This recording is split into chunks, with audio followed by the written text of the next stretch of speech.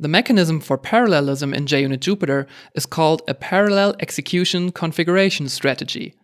It's a mouthful of a name, but it allows developers to take complete control over this feature.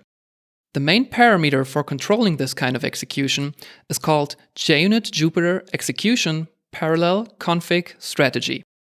It can be set to one of three values, and each of these has a companion parameter that completes the setup of this specific mode. The first mode is called dynamic, the default mode when you enable this kind of parallel execution.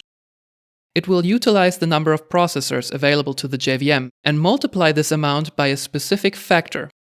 By default, this factor is 1, and it may be changed through this configuration parameter here. This test class exemplifies the behavior of the dynamic strategy.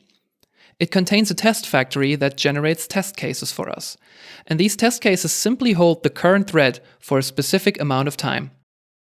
So my Mac has 8 cores, therefore we can expect 8 tests to run at the same time. When I execute this class, this can be seen in action.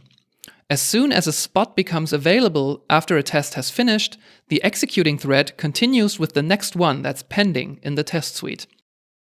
And we can be sure that at most 8 tests are executed simultaneously.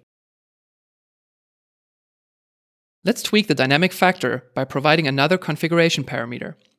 Now remember, in IntelliJ we open the run configuration to do this, and we use a value of 2 here. This will tell JUnit Jupyter to take the number of cores and multiply that by 2 to get the total number of tests that it should run in parallel.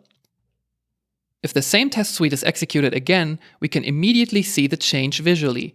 16 tests are now being executed at the same time, in different threads.